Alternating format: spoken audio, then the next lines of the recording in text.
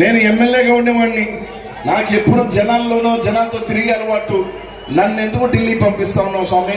నన్ను నేను ఇక్కడ ఉంటానన్నా. నేను లేదు, నువ్వు ఢిల్లీకి పో, అయినా కానీ ఇక్కడ తిరుగుతాను, ఏం ఇబ్బంది లేదన్నాడు.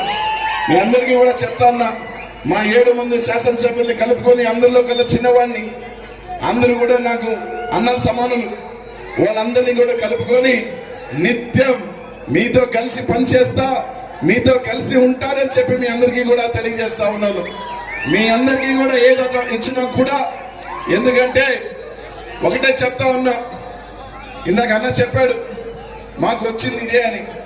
నాకు 7 నియోజకవర్గాలు ప్రతి ఒక్కరు కూడా సహకారంతోనే మేము అందరం కూడా రేపు ఎంపీ అవ్వగలిగారు.